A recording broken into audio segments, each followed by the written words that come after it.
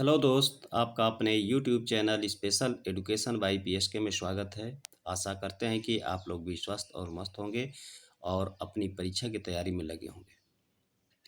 दोस्तों, ये जो है बीपीएससी टीआरई 3.0 से संबंधित कुछ हिंदी से महत्वपूर्ण प्रश्नों का संग्रह है, क्योंकि ये पार्ट हिंदी का बहुत महत्वपूर्ण हो जाता है। क्योंकि 30 क्वेश्चन में से 9 नंबर लाना बहुत ही अनिवार्य है, क्योंकि जब तक इसमें 9 नंबर हमारा नहीं होगा तब तक जो है अगला हमारा जीएस और जीके वाला पार्ट का जांच नहीं होगा। इसलिए यह बहुत महत्वपूर्ण है। इसको ध्यान से देखिए और अधिक से अधिक 30 में 30 लाने का प्रयास कीजिए। क्वेश्चन नंबर 1 है कि इनमें से किताब शब्द क्या है। इसमें से किताब शब्द क्या है। ऑप्शन है तत्सम, विदेशज, सी देशज, डी उपयुक्त में से एक से अधिक और ऑप्शन ई है उपयुक्त में से कोई नहीं। तो इसका राइट आंसर आपका हो जाएगा यह विदेशज है। किताब क्या है? विदेशज है। ये आपको ध्यान में रखना है। क्वेश्चन नंबर 2 है दिए गए शब्द का स्त्रीलिंग रूप ज्ञात कीजिए। स्त्रीलिंग रूप ज्ञात कीजिए। किसका? परोपकारी का। परोपकारी का होगा ऑप्शन ए है परोपकारी, बी परोपकनी, ऑप्शन सी है परोपकारिणी और ऑप्शन डी है उपयुक्त में से एक से अधिक और ऑप्शन ई है उपयुक्त में से कोई नहीं। क्वेश्चन नंबर 2 का आपका राइट आंसर हो जाएगा ऑप्शन सी परोपकारिणी। यह जो है परोपकारी का स्त्रीलिंग हुआ। क्वेश्चन नंबर आपका 3 है दिए गए शब्दों में शुद्ध वर्तनी का चयन कीजिए।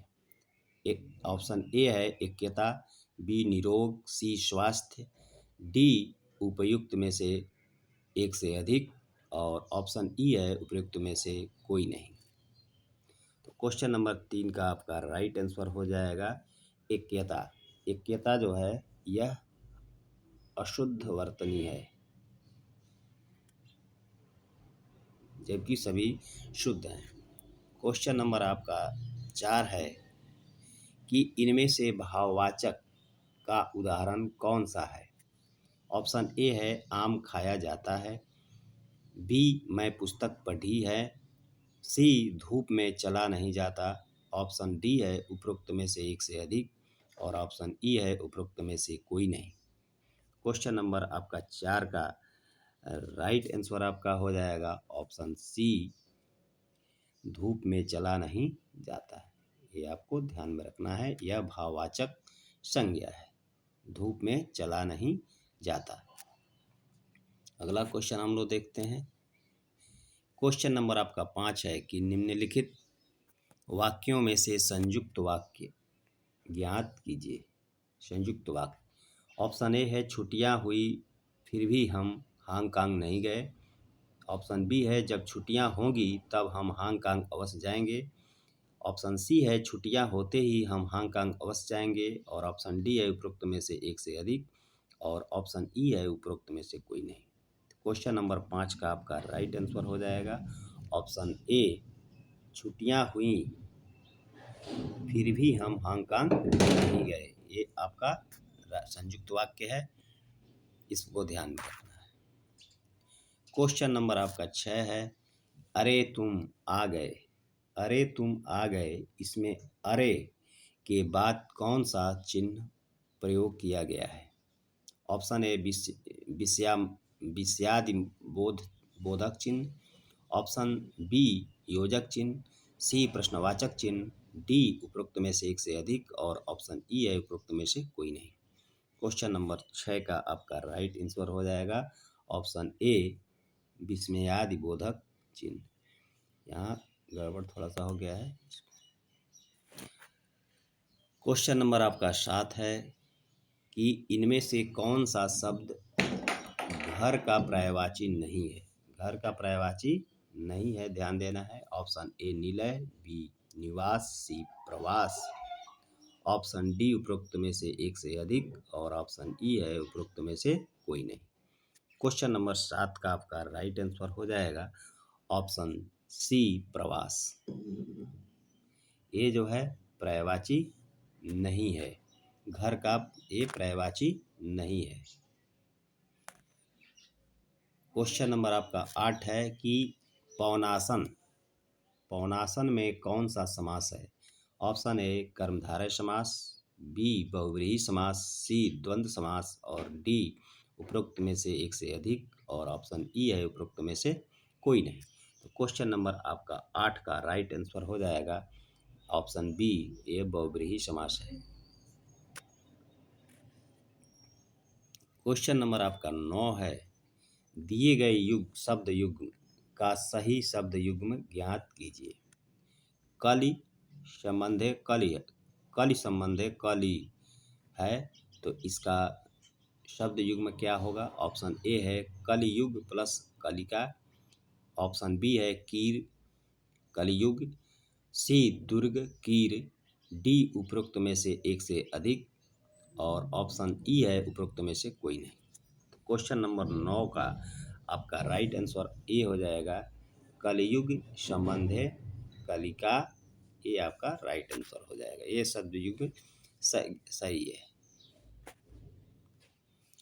क्वेश्चन नंबर आपका 10 है कि जिसके पास कुछ भी ना हो, जिसके पास कुछ भी ना हो वाक्यांश के लिए इनमें से कौन सा एक शब्द प्रयुक्त है?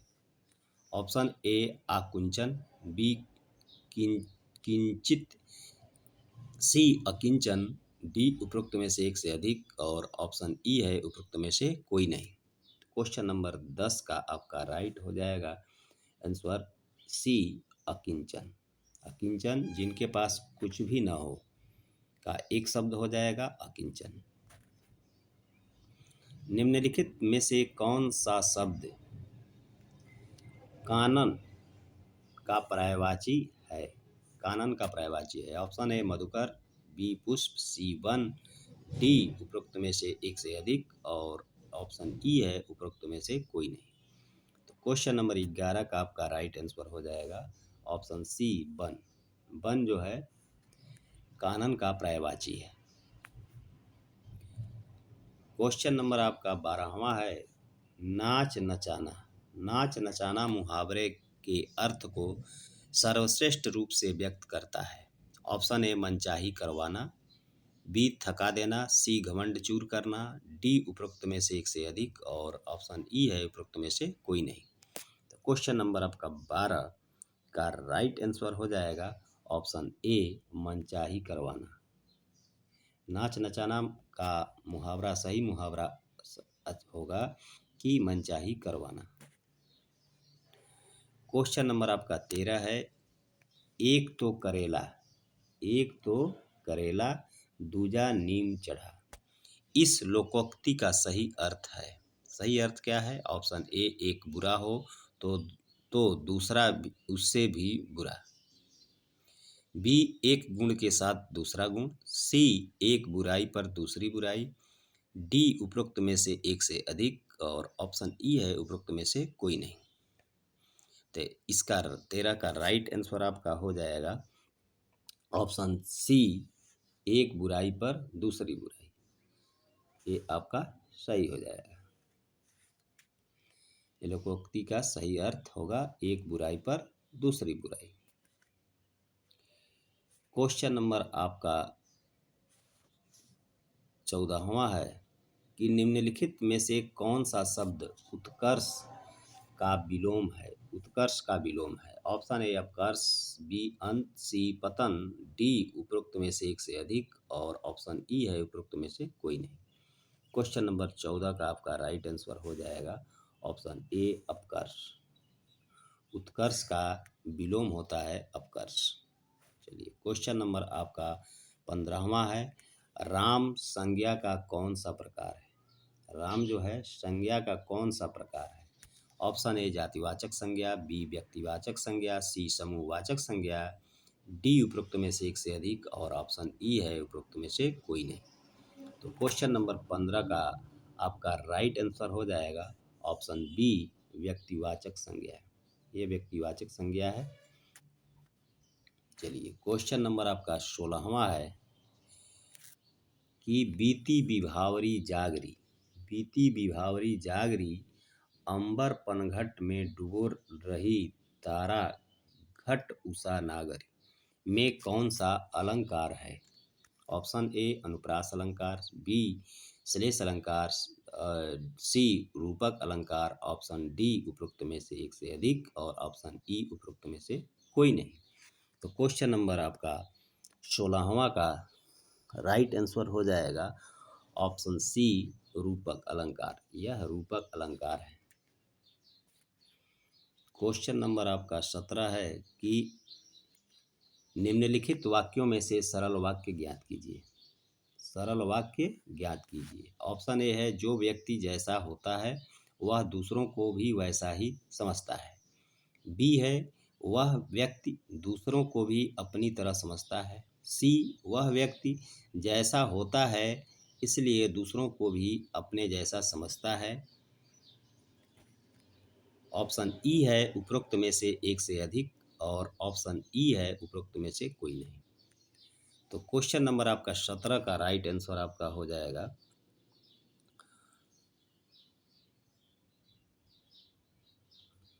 बी वह व्यक्ति दूसरों को भी अपनी तरह समझता है। ये आपका सही हो जाएगा ऑप्शन बी। अगला क्वेश्चन देखते हैं। क्वेश्चन नंबर 18 किस शब्द में अन उपसर्ग का प्रयोग नहीं हुआ है? ये आपको ध्यान देना है। ऑप्शन ए अनुपम, बी अनुचित, सी अनुगमन, डी उपरोक्त में से एक से अधिक और ऑप्शन ई है उपरोक्त में से कोई नहीं। क्वेश्चन नंबर 18 का आपका राइट आंसर हो जाएगा ऑप्शन सी अनुगमन। इसमें जो है अनु जो है उपसर्ग का प्रयोग नहीं हुआ है। अगला क्वेश्चन देखते हैं। क्वेश्चन नंबर 19 आपका इनमें से कौन सा हासिल शब्द का पर्यायवाची नहीं है? हासिल शब्द का पर्यायवाची नहीं है।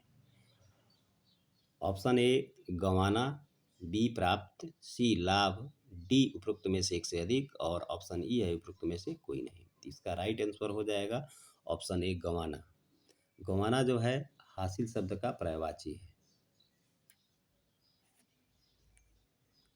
पर्यायवाची नहीं है। गलत हो गया। हासिल शब्द का पर्यायवाची नहीं है, आपको ध्यान में देना है। तो इसका हो जाएगा आपका गंवाना। यही जो है नहीं है, जबकि हासिल का पर्यायवाची प्राप्त हो जाएगा, लाभ भी हो जाएगा। ठीक है। चलिए क्वेश्चन नंबर आपका 20 है मैं नीर भरी दुख की बदली यह काव्य पंक्ति किसकी है? यह बताना है आपको। Option A Gajanan Madhav Muktibodh, B Sumitranand Pant, C Mahadevi Verma और ऑप्शन डी है उपरोक्त में से एक से अधिक और ऑप्शन ई है उपरोक्त में से कोई नहीं। क्वेश्चन नंबर आपका 20 का राइट आंसर हो जाएगा ऑप्शन सी महादेवी वर्मा का एक पंक्ति है, इसलिए इसको ध्यान में रखना है। क्वेश्चन नंबर आपका 21 है कि स्पर्शजन्य बीमारी के लिए इनमें से उपयुक्त शब्द कौन सा है? यानी स्पर्शजन्य बीमारी का उपयुक्त एक शब्द क्या है? ऑप्शन ए संक्रमित, बी संक्रमणीय, सी संक्रामक, डी उपरोक्त में से एक से अधिक और ऑप्शन ई है उपरोक्त में से कोई नहीं। तो क्वेश्चन नंबर आपका 21 का राइट आंसर हो जाएगा ऑप्शन सी संक्रामक। चलिए अगला क्वेश्चन देखते हैं। क्वेश्चन नंबर आपका 22 है कि निम्नलिखित में से कौन सा शब्द तत्सम है? आपको तत्सम शब्द बताना है कौन सा है। ऑप्शन ए है पंख, बी पत्थर, सी प्रकट, डी उपरोक्त में से एक से अधिक और ऑप्शन ई है उपरोक्त में से कोई नहीं। क्वेश्चन नंबर आपका 22 का राइट आंसर हो जाएगा ऑप्शन सी प्रकट। प्रकट जो है ये आपका राइट आंसर हो जाएगा। चलिए अगला क्वेश्चन देखते हैं। 23वां क्वेश्चन निम्नलिखित वाक्यों में से मिश्र वाक्य ज्ञात कीजिए। निम्नलिखित वाक्यों में से मिश्र वाक्य ज्ञात कीजिए। ऑप्शन ए है मुकेश मेरे पास आते ही मैं कर्नाटक चला जाऊंगा। ऑप्शन बी है जब मुकेश मेरे पास नहीं आएगा तब तक मैं कर्नाटक चला जाऊंगा। यदि मुकेश मेरे पास आता है तो मैं कर्नाटक चला जाता। ऑप्शन डी है उपरोक्त में से एक से अधिक, और ऑप्शन ई है उपरोक्त में से कोई नहीं। तो क्वेश्चन नंबर आपका 23 का राइट आंसर हो जाएगा ऑप्शन सी, यदि मुकेश मेरे पास आता है तो मैं कर्नाटक चला जाता। चलिए, क्वेश्चन नंबर आपका 24वां है कि वह रोज देर से उठता है। वह रोज देर से उठता है, इस वाक्य में किस काल का उदाहरण है?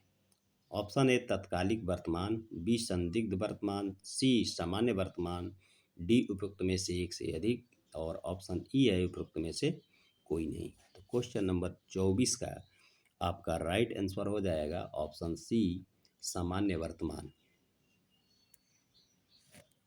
अगला क्वेश्चन देखते हैं। क्वेश्चन नंबर आपका 25 है, जिस क्रिया का फल कर्ता पर न पड़कर कर्म पर पड़े उसे कौन सी क्रिया कहते हैं? ऑप्शन ए सकर्मक क्रिया, बी अकर्मक क्रिया, सी पूर्वकालिक क्रिया, डी उपरोक्त में से एक से अधिक, और ऑप्शन ई है उपरोक्त में से कोई नहीं। क्वेश्चन नंबर आपका 25 का राइट आंसर हो जाएगा सकर्मक क्रिया। ऑप्शन ए आपका सही हो जाएगा। क्वेश्चन नंबर 25 है, इनमें स्त्रीलिंग शब्द कौन सा है? स्त्रीलिंग आपको पहचान करना है। ऑप्शन ए संस्मरण, बी व्यंग, सी व्याख्याता, सी उपरोक्त में से एक से अधिक, और ऑप्शन ई है उपरोक्त में से कोई नहीं।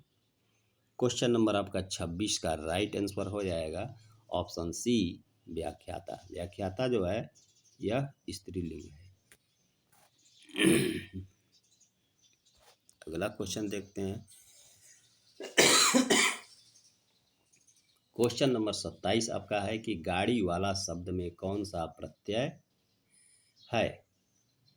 ऑप्शन ए है डी वाला, सी वाला, सीड वाला, और ऑप्शन डी उपरोक्त में से एक से अधिक, और ऑप्शन ई है उपरोक्त में से कोई नहीं। तो क्वेश्चन नंबर आपका 27 का राइट आंसर हो जाएगा ऑप्शन सी वाला। यहाँ गलत हो गया है, यहाँ होगा गाड़ी।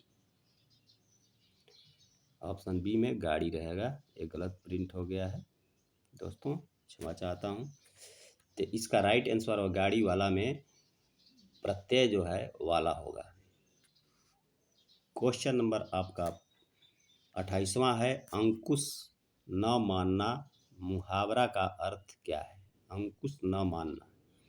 ऑप्शन ए न डरना, बी खुश हो जाना, सी पाबंदी लगाना, डी उपरोक्त में से एक से अधिक, और ऑप्शन ई है उपरोक्त में से कोई नहीं। क्वेश्चन नंबर 28 का आपका राइट आंसर हो जाएगा ऑप्शन ए, न डरना। अंकुश न मानना मतलब न डरना, ये मुहावरा का सही अर्थ है। क्वेश्चन नंबर आपका 29 है, सर्वोपरि। सर्वोपरि का सही संधि विच्छेद कौन सा है? ऑप्शन ए सर्व धन ऊपरि, ऑप्शन बी सर्व धन परि, सी सधन ऊपरि, ऑप्शन डी है उपरोक्त में से एक से अधिक, और ऑप्शन ई है उपरोक्त में से कोई नहीं। क्वेश्चन नंबर आपका 29 का राइट आंसर हो जाएगा ऑप्शन ए, सर्व धन ऊपरि। यह आपका संधि विच्छेद सही है। क्वेश्चन नंबर आपका 30 है, निम्नलिखित में से अल्प विराम चिन्ह को पहचान कीजिए। ऑप्शन ए है संबंध, बी डबल इन्वर्टेड है, सी कामा है, और डी उपरोक्त में से एक से अधिक, और ई उपरोक्त में से कोई नहीं। तो अल्प विराम मतलब कामा से मतलब है, तो इसका राइट आंसर आपका हो जाएगा ऑप्शन सी इज करेक्ट। यानी कामा जो है इसी को अल्प विराम कहते हैं, तो इसकी पहचान करना है। दोस्तों, वीडियो अच्छी लगी तो वीडियो को लाइक करें, चैनल को सब्सक्राइब करें, और इस प्रकार की वीडियो पाने के लिए इस पर लगे रहें। हम बीपीएससी से संबंधित, हिंदी से संबंधित और सारे अभ्यास के प्रश्न लेकर आएंगे। तब तक के लिए जय हिंद, जय भारत। और बीपीएससी से संबंधित जीएस और जीके और पर्यावरण से संबंधित मेरे प्लेलिस्ट में बहुत सारे वीडियो पड़े हुए हैं, आप वहाँ से उसको देख सकते हैं।